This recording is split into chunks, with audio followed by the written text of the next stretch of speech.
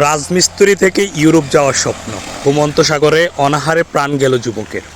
দর্শক, আমরা 2-3 দিন আগেও আমরা একটা ভিডিও দেখেছি যে ভূমধ্য সাগরে 18 জন বাঙালি প্রাণ হারিয়েছেন। 22 জনের মধ্যে 18 জনই বাঙালি। এ হচ্ছে অবস্থা। দেশে থাকতে তিনি ছিলেন একজন রাজমিস্ত্রি, তার আয়ে চলতো, তার সংসারে, তার পুরো সংসার চলতো তার আয়ে। একটি সুন্দর সচ্ছল জীবন এবং জীবন ছিল তাদের। জীবনের স্বপ্নকে বুকে নিয়ে সে লিবিয়ার উদ্দেশ্যে রওনা দেয় এবং সিলেট সুনামগঞ্জ উপজেলা হতে হাবিবুর রহমান, তার স্বপ্ন আর পূরণ হলো না। তিনি অনাহারে ভূমধ্য সাগরে মারা গেছেন।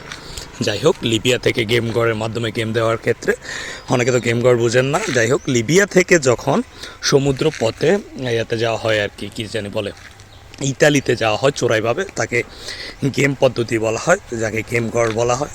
একটা গড় থেকে এই বোটের মাধ্যমে কিন্তু ইতালিতে যাওয়া হয়।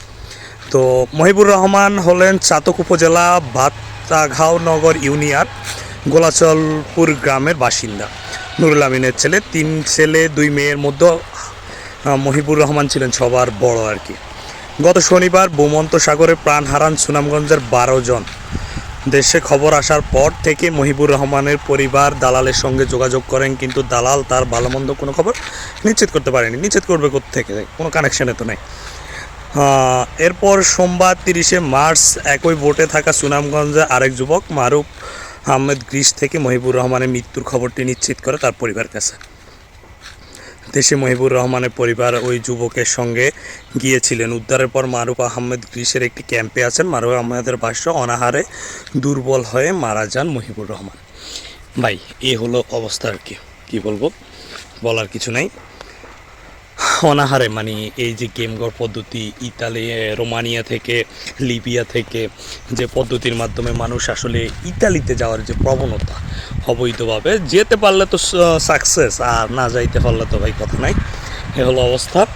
তো এই পদ্ধতিতে গেম দিতে গিয়ে আমরা ইতিপূর্বে শতকরা 10% হলেও দেখেছি যারা মৃত্যুর কোলে ঢলে পড়েছেন। তো কি বলবো, অনাহারে প্রথমে তো তিনি জানান যে তিনি মহিবুর রহমান অনাহারে প্রথমে তিনি মারা যান এবং মৃত্যুর পর তার পচা দেহ গন্ধ ছড়াতে শুরু করলে সেগুলো মাছ সমুদ্রে ফেলে দেওয়া হয়। জীবিতরা বাধ্য হয়ে তাকে মাছ সমুদ্রে ফেলে দেন। তো হচ্ছে আমাদের জীবন ব্যবস্থা ভাই।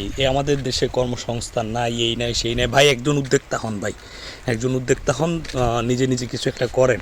যত টাকা বিনিয়োগ করে, যত টাকা ইনভেস্ট করে আপনি ইউরোপ যাচ্ছেন, এত টাকা বিনিয়োগ দেশে করেন, দেশে করে একটা কিছু করেন, অথবা বৈধভাবে যান। যদি পারেন দেখুন সফলতা আসবে। তো বন্ধুরা, আপনারা সবাই সচেতন হবেন। আজকের মতো এতটুকুই। দেখা হচ্ছে নতুন কোনো ভিডিওতে। ততক্ষণ সবাই ভালো থাকবেন, সুস্থ থাকবেন। আল্লাহ হাফেজ।